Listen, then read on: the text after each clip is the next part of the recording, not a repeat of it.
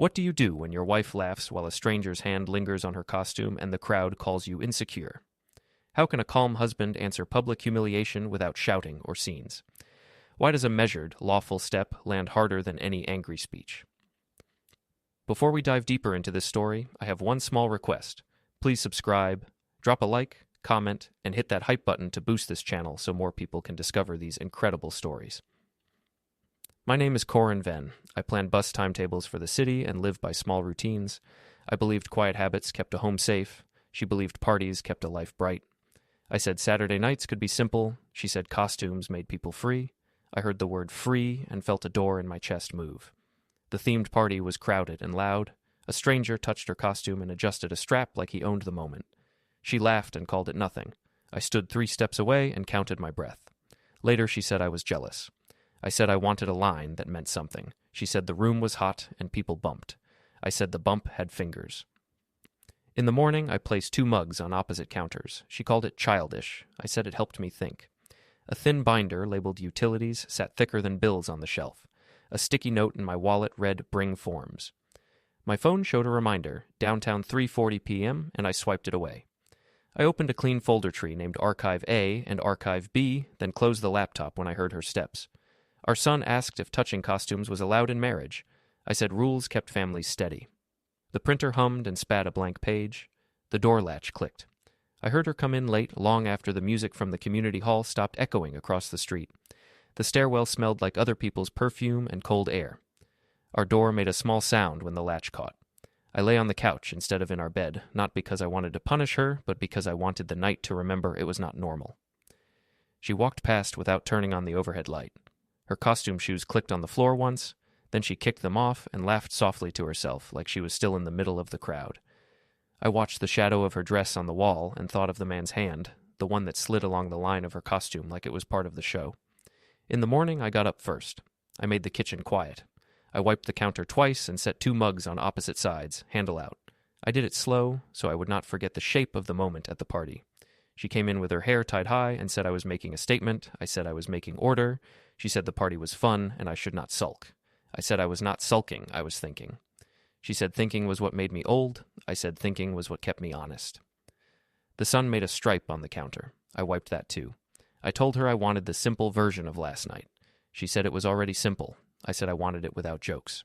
She said I was overreacting to nothing. I said a man I did not know put his hand on her costume, and she let him. She said it was loud, and her strap got loose, and he helped. I said there is a difference between helping and lingering. She said I always made strangers into threats. I said strangers do that themselves when they touch what is not theirs. She laughed and said I should learn party rules. I said I knew marriage rules. She said marriage rules were stiff. I said stiff rules were better than broken ones. Our son Nico came in rubbing his eyes. He asked if we were making pancakes. I said not today. He asked if Mommy had fun in her pirate dress. She said it was not a pirate dress, it was a festival look. I said it was nice. He asked if I danced with her. I said I did not stay to dance. He asked why. I said I had to work early. She looked at me over his head and said I was lying again. I said I was protecting him from seeing something he did not need. She said I was dramatic. I said I was careful. Nico looked at the 2 mugs on 2 sides and asked why we did that. I said sometimes grown-ups needed space. He nodded like he almost understood. On the shelf by the fridge sat the thin binder labeled Utilities. It was thicker than Utilities. I straightened it so the word faced out. I put my wallet on the table and let the sticky note inside peek out. Bring forms. My phone buzzed with a calendar reminder. Downtown, 3:40 p.m. I swiped it away so fast it looked like nothing. She noticed. She asked if I was hiding something. I said I was organizing. She said I always organized when I was mad. I said I organized when I wanted to remember. She said I should forget instead. I said forgetting was how we ended up at this table. She said one party did not end a marriage. I said one moment could show what kind of marriage we had.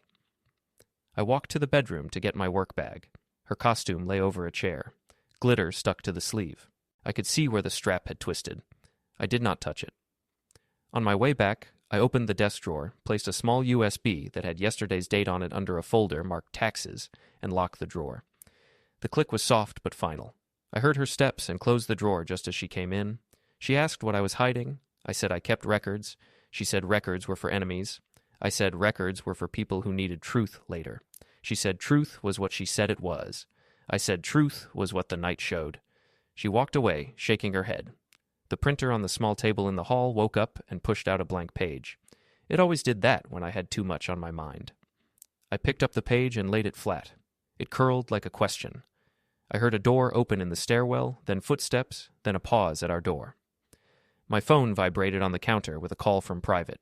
I let it ring. The footsteps moved on. I looked at the blank page and the caller at the same time and thought about how both had no names. I said nothing. Soft phone vibration from private as the door latch in the stairwell clicks and footsteps pause. At work, the office felt wider than usual. Maybe that was because people had already seen something. I walked through the open-plan room with my ID swinging on the lanyard. 2 people at the far desks leaned together over a phone. When they saw me, they straightened and pretended to talk about schedules. I sat at my desk and opened my email. A message in the team chat said last night was wild. I did not open the media. I opened the transit updates instead. I cross-checked Route 14 shifts and the school days variant. 5 minutes later, Thomas, my manager, came out of his glass-walled office and said he wanted a quick word. I said now was good. We went into the HR side room where the light was flat and cold. He said a few people had tagged me in a video from the community center party. I said I saw the tags and did not engage. He said he did not care what happened at the party. He cared about it spilling into work. I said I understood and would keep everything professional. He said people were saying I got tense about my wife's costume. I said my wife and I would handle it privately. He said he liked my work and just wanted to make sure I was okay.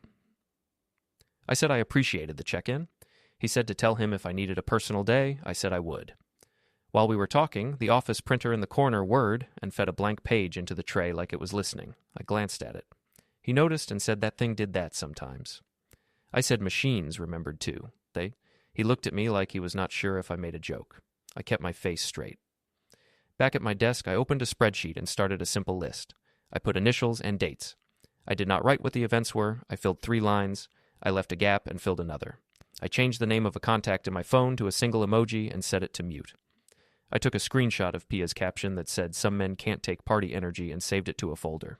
I emailed it to myself without text. I opened tabs for storage options, delivery tracking, and notary near me, then minimized them. I set an event for tomorrow called Meeting, Personal 8:05 a.m., and then dismissed it. My phone screen showed the dismissal, then went dark. Across the room, a coworker coughed the word costume like it was part of another sentence. Another coworker said, "He was right there, though." I pretended to study a transit delay. A group chat pinged on my phone and showed a preview with Layla laughing in her costume, while Ty, the stranger, stood behind her with both hands raised like he had been caught. I did not open it. I plugged my phone into the desk charger instead. At lunch, I went down to the parking garage to clear my head. The concrete smelled like oil and wet metal. I walked between cars and heard footsteps behind a column. They stopped when I stopped. I turned slowly. No one came out. I took out my notebook and wrote 10:42 a.m. Clip shared at work. Caption? Jealous? Freight elevator bell. I closed the notebook and put it in my bag. I heard the normal elevator ding. I looked at my phone and saw another tag on social media. I did not answer. I got into my car and sat there with the engine off. I watched the exit ramp and the light from the street. I thought about the party in detail. I thought about the string lights over the hall. I thought about Layla in the costume she said was festival gypsy, but mostly meant tight in the middle. I thought about the music and the smell of drinks and sweat. I thought about the way Ty came in through Pia's friends. He was the kind of man who found cameras. During the party, he came up behind her and said something I could not hear. She leaned back so he could reach the strap. He did not reach fast. He reached like a person tasting. His fingers pressed where they did not need to. She looked over at me and laughed. She did not tell him to stop. I saw 2 phones up. One of them was Pia's. I saw a flash. I stepped forward then, but the song dropped and the crowd moved and the moment turned into a joke. She turned to me and said I was being weird. I said a man just touched you. She said it was a party. I said it was a marriage, too. She said I should chill. I said I should remember. That was the part they did not include in the video. Back in the office, I checked the team board, made 3 notes on a route, and sent them. My phone buzzed again. This time it was Jace, my brother. He wrote, "Saw clip, breathe, document, don't chase." I wrote back, "Documenting." He sent a thumbs up. On the way home, I stopped at the supermarket for bread. At the checkout, an acquaintance from the community center said the party was fun and Layla looked amazing. I said yes, she did. She said the clip was already getting likes. I said clips do that. She said people were saying I got jealous. I said people love simple stories. She said it was just a touch. I said touches are how you test walls. She looked at me for a second, then said, "Well, good to see you," and turned away. I paid and left. When I reached our building, Mrs. Kulik was at her door with her keys. She said the music was loud last night. I said it was. She said I heard people in the hall late. I said we had guests. She nodded and did not push. She looked at my face the way older people do when they try to see if you are holding your breath. I nodded and went up. Inside, the 2 mugs still stood on opposite counters. Layla was on the couch with her phone. She said Pia said my manager talked to me. I said he did. She said it was embarrassing. I said the video was embarrassing. She said it was harmless. I said it was public. She said I made it public by reacting. I said I reacted because I am her husband. She said I should have just laughed. I said laughter was free for people who were not disrespected. She said I was acting like a cop. I said I was acting like a man who keeps his house in order. She said order was boring. I said disorder was worse. I walked to the shelf and slid the household binder next to utilities. Both looked thicker than bills. I opened my laptop and created a folder on the desktop named Archive A and another named Archive B. I did not put anything in them. I closed the laptop when she stood up. The desk drawer clicked locked. She heard it and narrowed her eyes. I said I was organizing. She said I was building a case. I said I was building a memory. She said I was preparing to leave. I said I was preparing to be respected. She laughed and shook her head. She picked up her phone and I heard Pia's voice on speaker say, "He's still mad," Layla said. "He's making it a whole thing." Pia said, "Men always do." I said I could hear them. Layla said, "Good." My phone buzzed with a group chat ping. I saw a new clip of the party, this time slowed down with a text over it. When your man can't handle community vibes. I placed the phone face down. From the hallway, I heard the elevator bell ding as someone on our floor received a guest. Manager's quick word leads to a group chat ping. The elevator bell dings as a new party clip loads at home. I stood just inside the community center hall and felt the room push heat at my face. The themed banners looked bright and loud in the morning clips, but they looked tired now, like paper after rain. A cluster of friends gathered around Layla while someone mirrored last night's song from a phone speaker. They asked her to retell the strap story because the slowed video had cut off the laugh. She smiled like a host and called it the tiniest moment of the night. She said the stranger had only helped and I had only frowned. I stayed close to the wall near a rack of folding chairs. I kept a bottle of water in my hand and did not open it. A girl with fox ears asked if I felt better today. I said I liked facts more than feelings. She said the fact was that nothing happened. I said the other fact was that a stranger put his hand where my marriage lives. The fox ears twitched once and she looked away. A phone rose to capture Layla's retelling. The lens waited for the punchline before the words even formed. Layla said the room was crowded, the strap slipped, and a kind man helped. Ty stood near the snack table and lifted both hands like a stage joke. People laughed, not because it was funny, but because they were ready to have the clip match the story. I watched Ty's hands and noticed how he took the applause like it belonged to him. I wrote a small note in my head. Approval feeds patterns. I took out my phone and wrote 2 words and a timestamp in a blank note. I did not write names. When the chant began for a toast to adult fun, I did not move toward the center. I pressed my back to the chair rack and counted 3 beats of music before the cheer. I saw the moment where Layla left out last night's sentence about boundaries. I saw the moment where she added a new detail about a broken hook that never existed. People nodded because details create a path for the mind. I watched a man across from me lower his drink and look into the cup like the liquid had changed color. He looked at me next, then at the floor. I filed his face with the others who might remember later. The video phone flashed once. I felt the light jerk through the room like a small electric line. I told myself to breathe once, then twice, and not step forward even when my ribs asked me to. I slipped outside to the smoking patio. The alley air smelled like old citrus and cold ash. The string lights overhead made a lazy arc. I pressed my phone to my leg so the screen stayed dark. Then I opened the voice recorder and held it low. I did not point it anywhere. I let it drink the sound of the chant, the clink of glass, and the memory of the joke told at my expense. I put the phone away and looked at my palm. The skin showed a faint crosshatch from the bottle cap. I wiped my fingers on my jeans. A door opened behind me and Ty stepped out. He said the strap thing was crowd energy. I said crowd energy did not force hands. He said I should relax. I said I was not tense, I was counting. He laughed and called me the timekeeper. I said timekeepers see patterns. He rolled his shoulders and said it was harmless. I said harmless never needs a camera. His smile slipped like soap in water. The alley quieted. Then Pia came out and said we could all agree to move on. I said I would move according to rule. She raised her phone and pretended to text. I left the patio and walked to the side lot. I wrote a line on a small sticky note in my pocket. Bring forms. I folded it back down. I checked the image in my phone of last month's wall planner with the red circled date and then turned the screen off. Back inside, Layla waved me closer for a group selfie, but changed her mind when she saw my face. She told the circle I was fine, just serious. The circle laughed again. I took the steps down to the metro and felt the cold handrail steady my palm. In the train car, 2 teenagers watched the new Boomerang and argued about whether Ty had touched too long. One said yes, one said no. I looked at my reflection in the window and saw a man who kept his jaw locked so his words would not run. I pulled out my phone and looked at the message thread labeled follow-up. The last time stamp showed green. I typed record context, not anger, then deleted it. The train doors chimed. My phone vibrated with an unknown number. I let it ring until the tone died. It rang again at once. I let that one die too. A child on the other side of the car laughed at a dog sticker. I breathed with the child, not with the call. I put the phone away and counted the stops. Camera flash at the reenactment. Unknown number rings as the train doors chime. The caller tries again. The family restaurant kept its lights soft to flatter faces.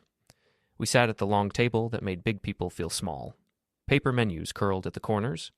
Nico drew a small house with a fence, then drew a second fence around the first.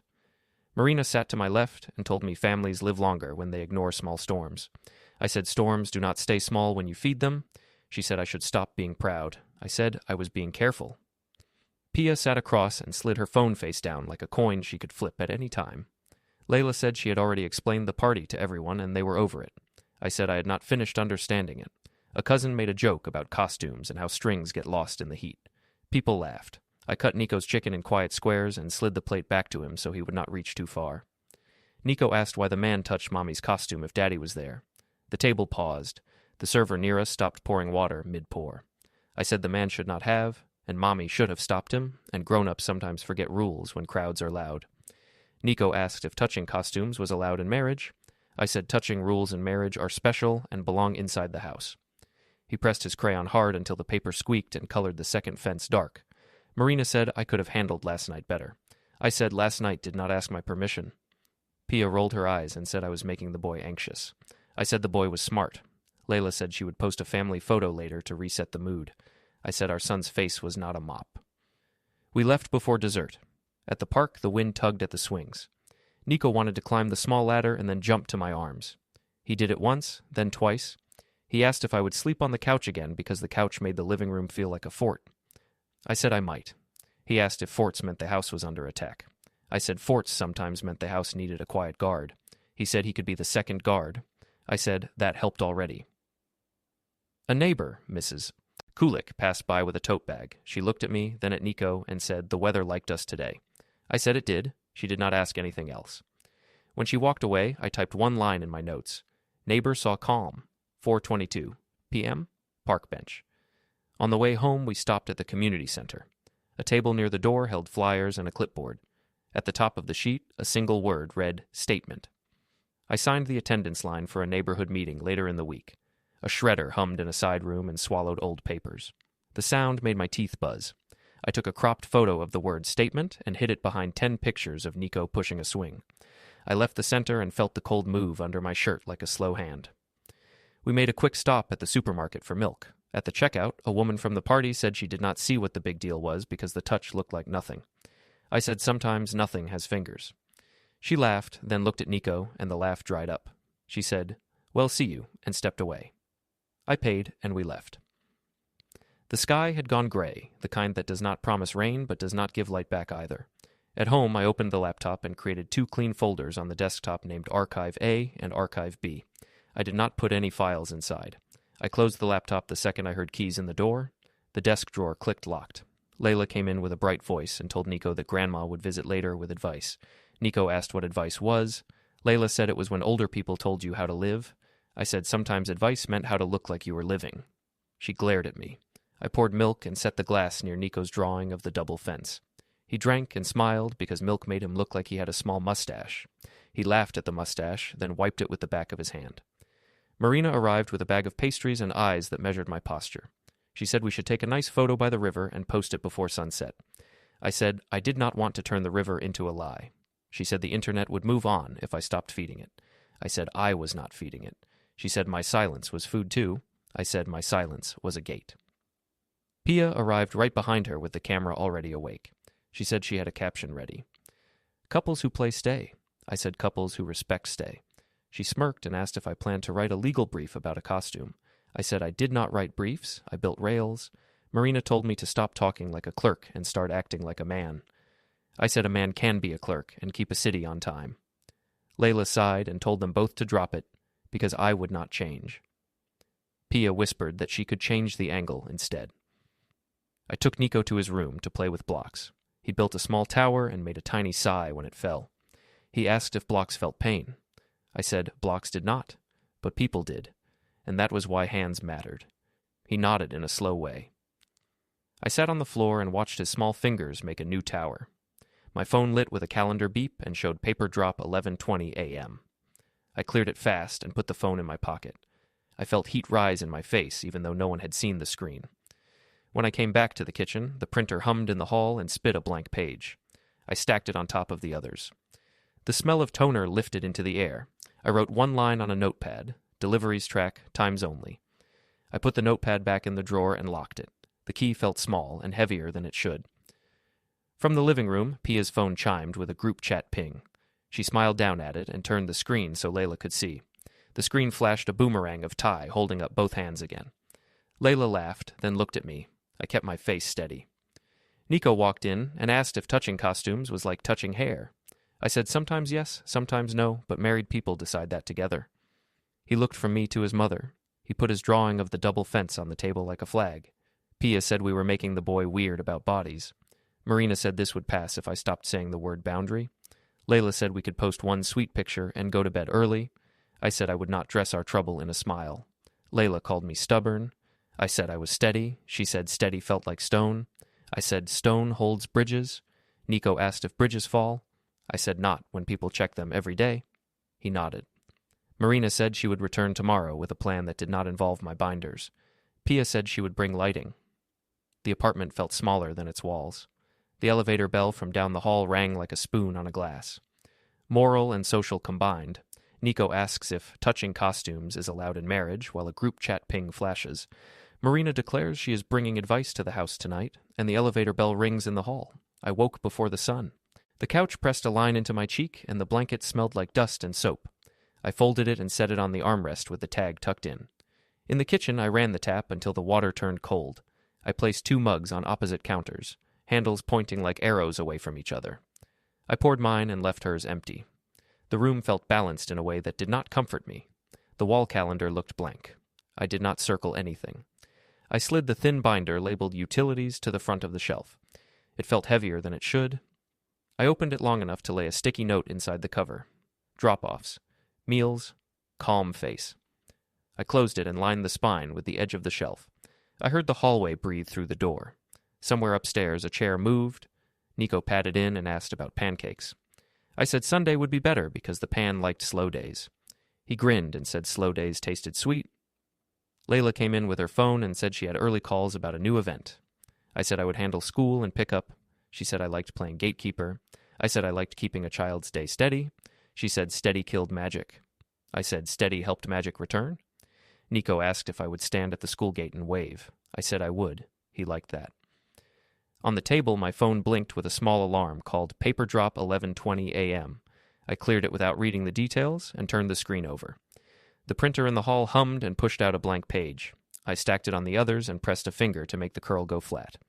I took the small USB with today's date on a piece of tape and slid it under the folder marked taxes in the desk drawer.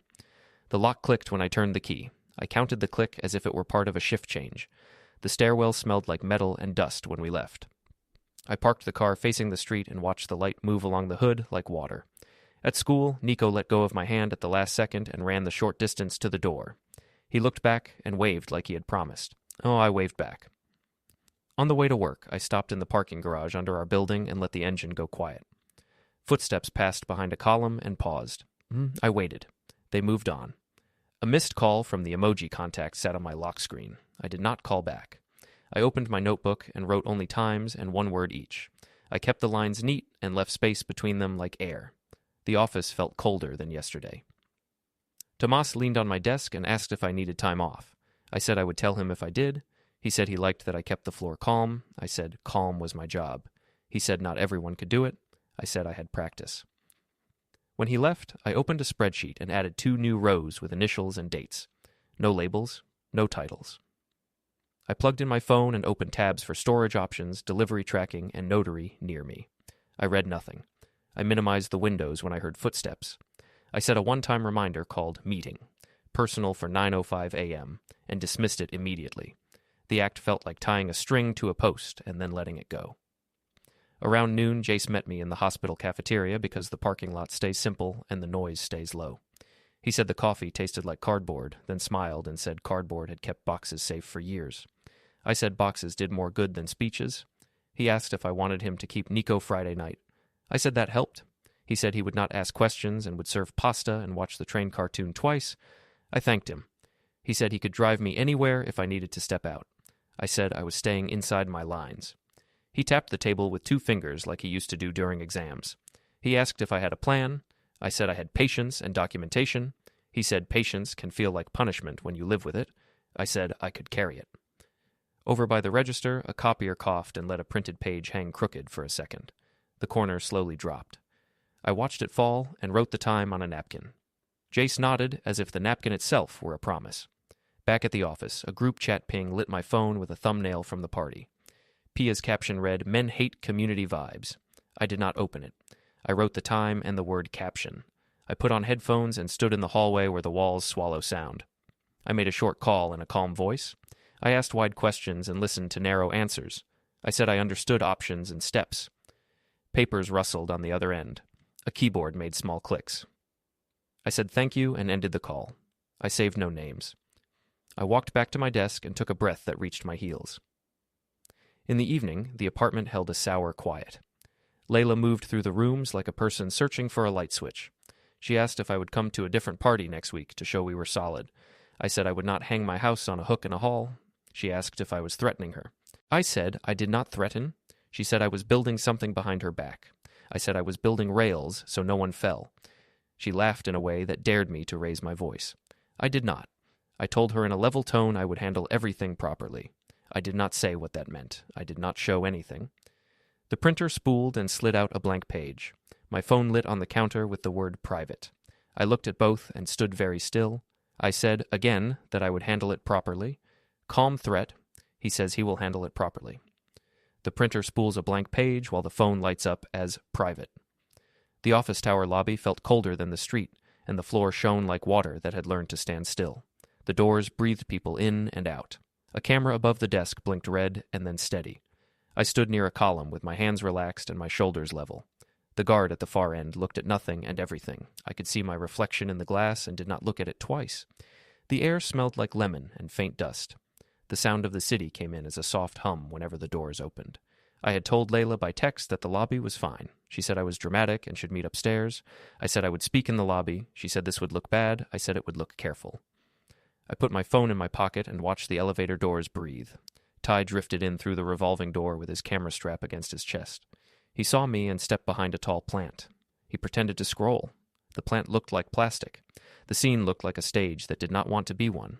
Marina arrived with a small purse and weathered advice. She asked if we could do this quietly in a side room. I said the lobby was quiet enough. She said witnesses made family matters ugly. I said witnesses made stories clear. She said I was cruel. I said I was careful. She said Layla had made a mistake in a crowd, nothing more. I said a mistake becomes a habit when you laugh at it. Marina looked past me to the camera and back. Her mouth closed on a sentence. She stepped aside. Jace entered and took a place near the door.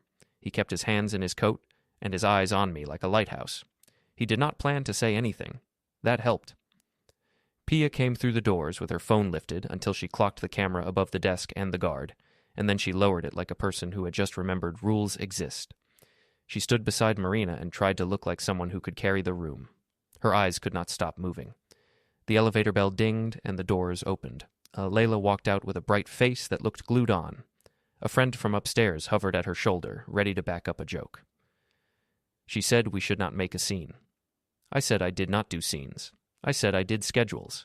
She rolled her eyes and told me to stop talking like a clerk. Before I could answer, a person stepped forward and spoke her name in a level voice. She confirmed it. The packet changed hands in view of the lobby camera and under the lights that hid nothing. The air moved in my throat like cold water. Layla looked down. The edges of the pages made a small scrape. She did not speak at first. The lobby sound did the thing it always does in these moments and pulled back a little, then returned twice as loud. Ty eased another step behind the planter and tried to appear like a plant himself. Marina whispered that this was shameful. I said this was process. Pia's phone rose half an inch and then dropped again when the guard shifted his stance. Jace did not move. He did not need to. Layla asked if I was serious. I said I was protecting our son and the house and the days that depend on clean lines. I said temporary orders inside would keep things steady while the rest was decided. I said nothing about blame.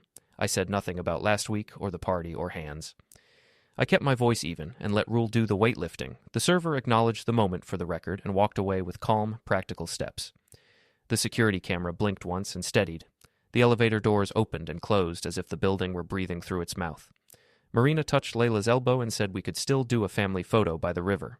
I said there would be no photos. Pia said I was ruining the brand. I said I had a child, not a brand. Ty started to speak and then looked at the guard and said nothing. Layla held the packet like it was hot and cold at once. She said I had destroyed her.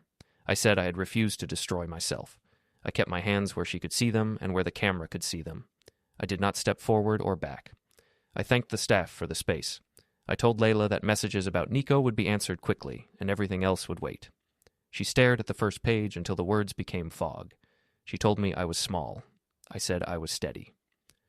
A notification slid across my lock screen and read delivery tracking, complete. It glowed and then faded. The lobby lights hummed like they had always hummed. Someone behind me coughed and apologized to the air. I nodded to Jace. He nodded back. Marina looked at the floor as if the pattern could instruct her. Pia put her phone in her pocket, and her shoulders sagged a little without it raised. Ty adjusted the camera strap like a reflex and then dropped his hand. The guard checked the clock. The elevator bell chimed once more. Layla lifted her head and said something about lawyers making things ugly. I said ugliness had already been made on a smaller stage. I said this was cleaner. I said our son would count days like train cars now, and that would help him. She asked if I felt proud. I said I felt exact. She looked at the packet again. The building breathed. The camera kept its small red eye open. I let the moment finish itself. I took one step toward the door, then stopped. Not to dramatize, but to let the last detail land in the room. The packet stayed in her hands. The lobby kept its shape. The city moved beyond the glass like a schedule that would not break for any one person. I turned my face to the exit and kept my posture plain. The bell over the elevator sounded once, clean and small, like a period at the end of a sentence. The result stood where it needed to stand. I did not add words. Cut to black. Don't forget to hit like, subscribe, and turn on the bell so you don't miss the next story. Write in the comments from which city you are watching.